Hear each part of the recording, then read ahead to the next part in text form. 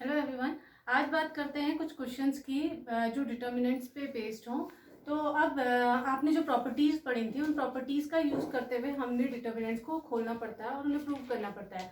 अच्छा, अगर आपके पास क्वेश्चन आता है वहाँ पर कि बिना एक्सपेंड किए आपने क्या करना है, प्रूव करना है इसको या इवेलुएट करना है इसको, तो उस केस में बिना एक्सपेंड किए का मतलब हुआ कि आपको उसमें प्रॉपर्टीज यूज करनी है। और जब भी आप डिटर्मिनेंट्स के क्वेश्चन सॉल्व करते हैं तो सबसे पहला ध्यान ये रखना पड़ता है आपको कि आप जितने जीरोस बना सकते हैं उतने जीरोस आपको बनाने पड़ते हैं। एक रो में कितने जीरोस बना सकते हो या एक कॉलम में कितने जीरोस बना सकते हो, इस पर फोकस होना चाहिए हमारा। और अगर ऐसा हम कर पाए तो उसके बाद फिर हम उसी के रिगार्डिंग जैसे अगर हमारे पास हमने कॉलम 1 में मैक्सिमम जीरोस बना दिए, मीन्स 2 जीरोस बना दिए और एक कोई एलिमेंट रह गया, तो उसी के अलोंग हम उसे एक्सप्रेस कर देंगे, उसी रो या उसी कॉलम के अलोंग उसे एक्सप्रेस कर देंगे। तो सबसे पहला ध्यान यही रखना पड़ता है कि हमें मैक्सिमम जीरोस बनाने पड़ते हैं। चलिए बात करते हैं, यह है क्वेश्चन हमारा, प्रूव दैट ये determinant is equals to A cube. तो इसमें हमारे पास ये डिटर्मिनेंट टी वी है।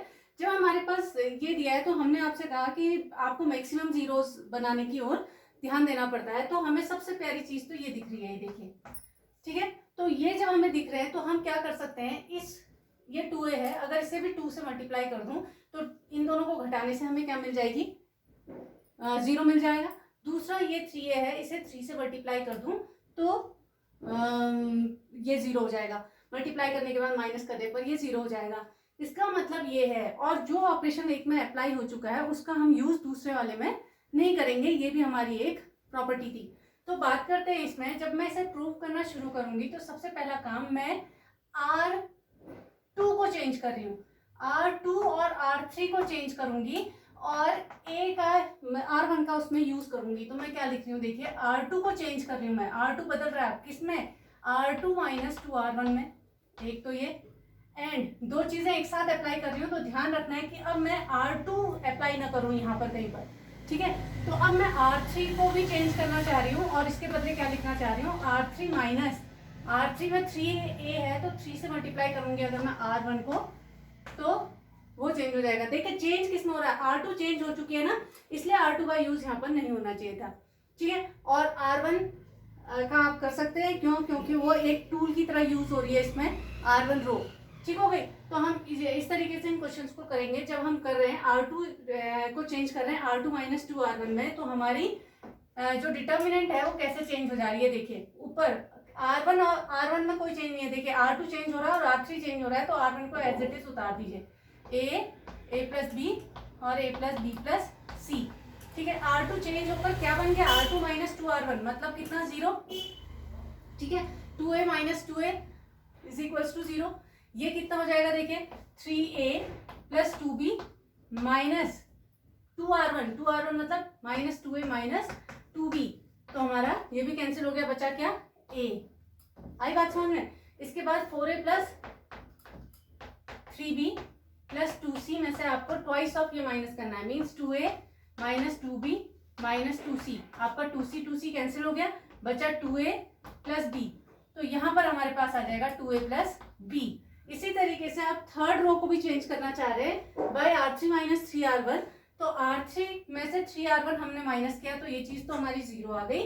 दूसरा 6a plus 3b, 6a plus 3b minus 3a minus 3b, क्योंकि हमने क्या करना है, R3 में से 3R1 को सब्ट्रैक्ट करना है, थ्राइस ऑफ ये मतलब 3a प्लस 3b माइनस किया तो ये चेंज हो गए।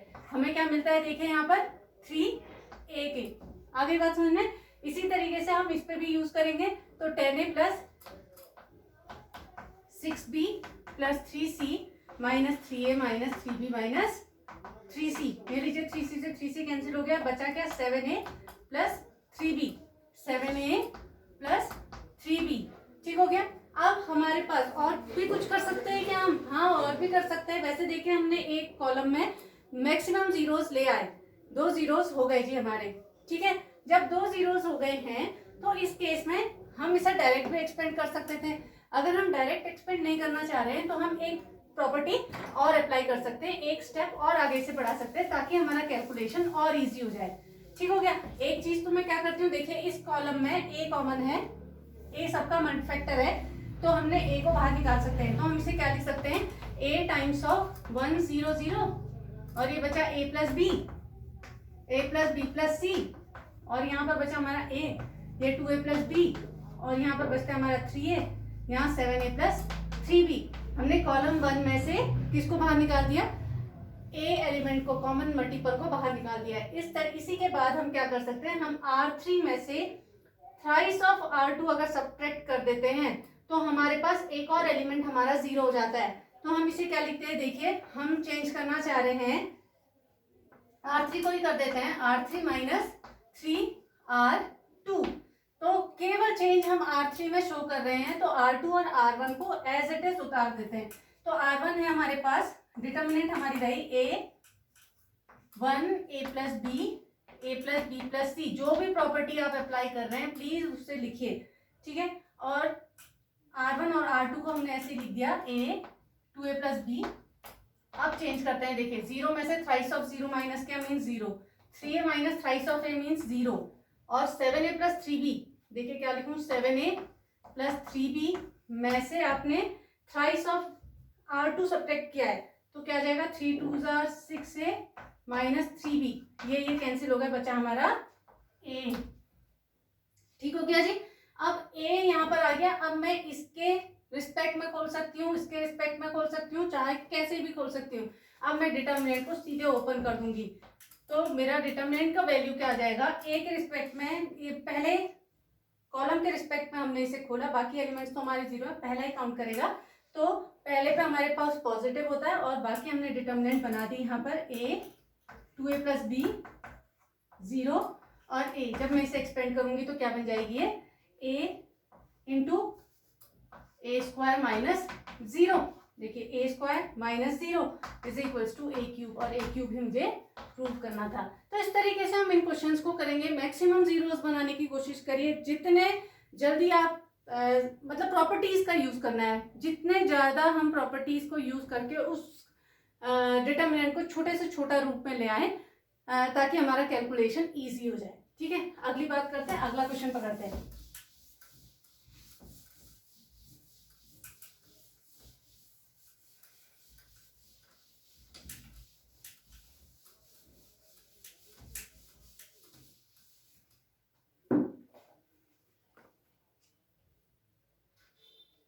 देखिए अगला कह रहा है, without expanding prove that delta is equal to X plus Y plus Z plus x,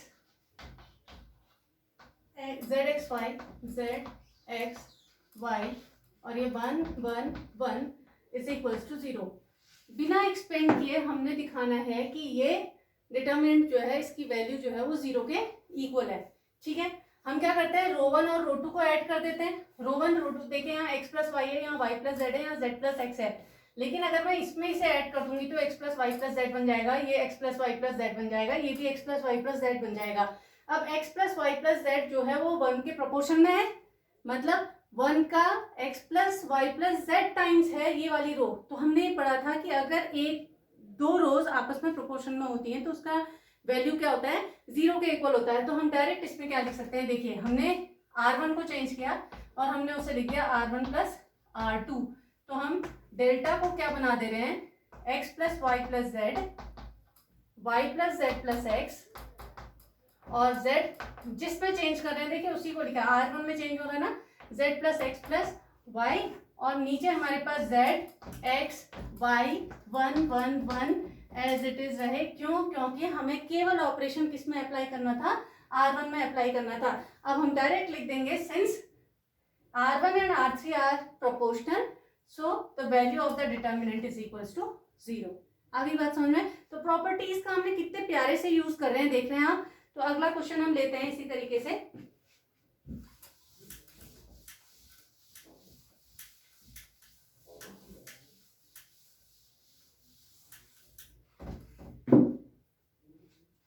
अगला कह रहा है 13th क्वेश्चन है, delta is equals to 1 1 1 A B C C A B, B C C A और A B.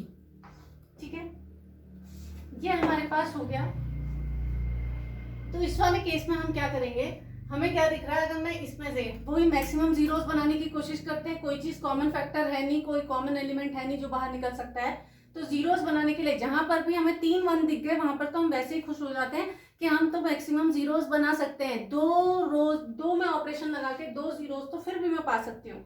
तो मैं R1 और R2 को चेंज कर दूं, या R2 और R3 को चेंज कर दूं, या R3 और R1 को चेंज कर दूं। तो मैं R1 को चेंज कर रही हूँ, किसमें, मैं लिख रही हूँ R1 is equals to R1 minus R2, और मैं R3 को चेंज कर रही हूँ। R1 चेंज हो चुका है, देखिए R3 को चेंज कर रही हूँ और मैं लिख रही हूँ R3 माइनस R2। मैंने दोनों में से R2 को सब्ट्रैक्ट कर दिया, ठीक है। देखिए यहाँ पर R1 चेंज हो चुकी थी, इसलिए मैंने यहाँ पर R1 का यूज नहीं किया है, ठीक है। इस ऑपरेशन को अप्लाई करते ही मुझे क्या मिलता है, देखिए R1 चेंज हो रहा है और R3 चेंज हो रहा है, बीच वाली रो हमारी वैसी की वैसी ही है, तो हम इसे वैसे ही लिख दे रहे हैं, ठीक है। अब R1 में चेंज क्या आ रहा है, R1 minus R2, R1 minus R2 लिखते ही हमारे पास क्या आया, 1 माइनस 1 0, ये क्या आ गया A माइनस B, यहाँ पर क्या आ गया BC minus CA, BC minus CA आते ही हमने C कॉमन लिया, अंदर बैठा B माइनस A, तो मैं इसे लिख सकती हूँ C times of B minus A। आगे बात समझ में, ऐसे ही मैं R3 को चेंज कर रही हूँ R3 माइनस R2 में, तो 1 minus 1 is 0, next is C minus B, फिर इन दोनों में A कॉमन है तो A कॉमन लेते ही हमारे पास B माइनस C। देखिए किस में से किसे घटा रहे हैं उसको ध्यान में रखना है, B minus C and C minus B are not equal, ठीक हो गया, ये हमने यूज कर लिया। देखो हमारे एक कॉलम में 2 जीरोस आते ही हम खुश हो गए। अब हम क्या करेंगे, इसके रिस्पेक्ट में इसे डायरेक्ट खोल देते हैं, इसके अलाउंग कॉलम 1 के अलाउंग हम इसे खोल देते हैं। खोलेंगे तो हमारी वैल्यू क्या आएगी, देखिए पहला एलिमेंट तो हमारा 0 हो गया, ये हमने लिख दिया 0, ये पॉजिटिव होता है, ये पॉजिटिव, ये पॉजिटिव, ये नेगेटिव और ये पॉजिटिव, ठीक हो गई ना। तो ये नेगेटिव आ रहा है हमारा, देखिए मैंने -1 लिखा, -1 लिखते ही, अच्छा एक चीज और कर देती हूँ, पहले मैं एक स्टेप और आगे बढ़ा देती हूँ, इस वाले में से A माइनस बी कॉमन ले लेती हूँ, इसमें से B माइनस सी कॉमन ले लेती हूँ, या C माइनस बी कॉमन ले लेती हूँ। तो मैंने लिया ऊपर से A माइनस बी कॉमन, और थर्ड रो में से B माइनस सी कॉमन, देख रहे हैं ना, पहले कॉमन में से, पहले रो में से मैं A माइनस बी कॉमन ले रही हूँ, और तीसरी रो में से मैं B माइनस सी कॉमन ले रही हूँ। तो अंदर मेरे कौन बैठा, देखिए जब A माइनस बी कॉमन लिया तो 0 1 और यहाँ माइनस C, क्योंकि मैं A माइनस बी कॉमन ले रही हूँ, यहाँ B माइनस A है, ऐसे ही 1 B और CA को मैंने ऐसे ही लिख दिया। इसके बाद मैं B माइनस C कॉमन लिया है मैंने, तो ये हो गया 0, और ये हो गया C माइनस बी है, B माइनस सी कॉमन लिया है तो -1, और यहाँ पर बचा जी हमारा A।